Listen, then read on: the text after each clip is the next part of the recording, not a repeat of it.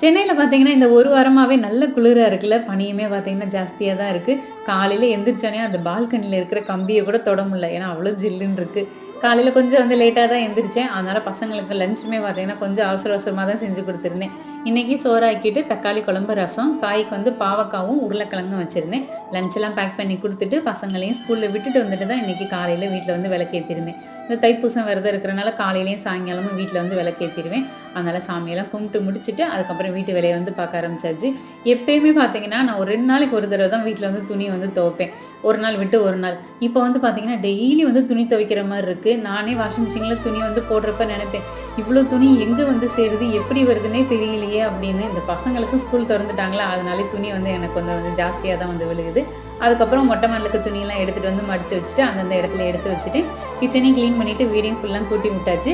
சின்ன பாப்பாவையும் கூட்டு வந்தேன். வந்தோனே அவங்க வேலைய அவங்களே கரெக்ட்டா வந்து முடிச்சுருவாங்க. By by.